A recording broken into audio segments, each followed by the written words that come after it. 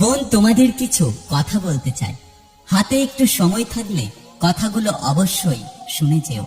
পুকুরের জল সবাই ব্যবহার করে, কিন্তু কেউ খায় না।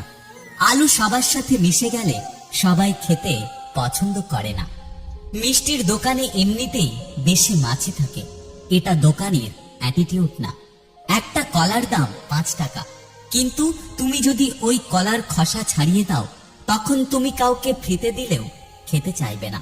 তখন সেটা মশা মাছির খাবার হবে। আমি এতগুলো কথা বলে তোমাদের এটা বোঝাতে চাইছি যে তোমার দেহকে এমন করো না যে সব পুরুষ জলের মতো ব্যবহার করবে।